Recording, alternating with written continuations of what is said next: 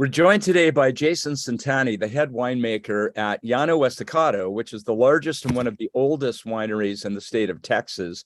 Thanks for joining us, Jason. Yeah, my pleasure. And I can see you're actually in the winery, so we won't take much of your time, but just a couple of questions for fellow winemakers, in particular in Canada and California, who either are about to or may be contemplating using the AromaLoc system this harvest. First question, why is Llano Estacado so keen on AromaLoc? Well, we're keen on it because we're trying to get any edge we can get to improve our wines. Most all of our wines are sold at the grocery store level, and we know how competitive that can be. And so, any ways we can improve the aromatics of our wines in the warm climate we exist in, we will give it a shot. And we found out approaching this. Also, we embrace technology at almost every level of the winemaking and grape growing process out here. And so this was kind of right up our alley, and the price seemed to be right for us. And trialing it over several fermentations over one season kind of sealed the deal, as well as seeing the improvements that the machine made in the wines. And we did control and experimental comparisons to kind of prove that quality difference. And since then, we've been on board every time AromaLoc scaled up their machines. We've been on board with that, and we try to utilize the machine for any and all fermentations, including reds, if it allows it.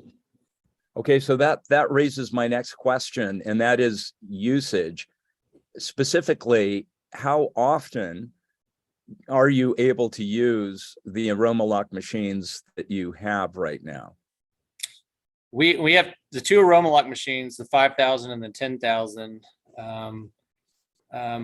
We're developing the average. We've only had it, I guess, one machine for going on 3 years now, 3 seasons, and the other one for 2. On average, it's something like about 5 fermentations on each machine. And I think we'll be able to either hopefully increase that average over the years. But I think it really pertains to when you're, how many varieties are you harvesting and producing? What are the growing conditions? Do they allow you to space out your pick dates and fermentation times? We bring in something like 25 or 30 different varieties in a given year. And you can imagine the harvest windows that they have on each one of those.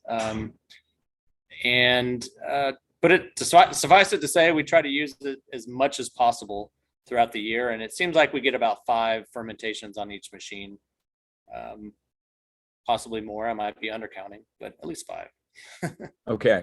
So I guess the part of the answer is that the machine doesn't have to be on a fermentation tank from the very start of the process to the bitter end, right? As you know, our instructions actually to winemakers are that it's time to press the go button on an AromaLoc machine when peak fermentation has now been reached, and it's time to push the stop button when fermentation reaches around 0 Brix, which of course also cuts down on the amount of time the machine is needed on any given tank, right? Absolutely. I mean, the different yeast strains that are used these days are some are very quick. They're very productive, quick fermentations.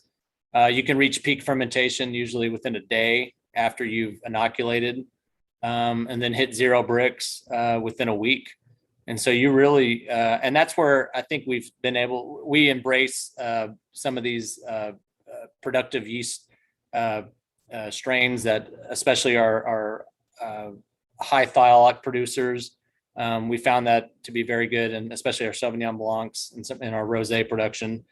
And so, you're not tying up the machine very long, especially with these exotic yeasts that are available that are very vigorous and high fermentation kinetics.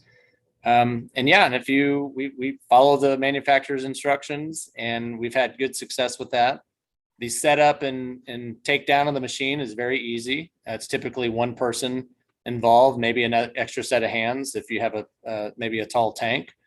But yeah, it can be pretty quick and be within a week. Each week you could be moving the machine to a different fermentation.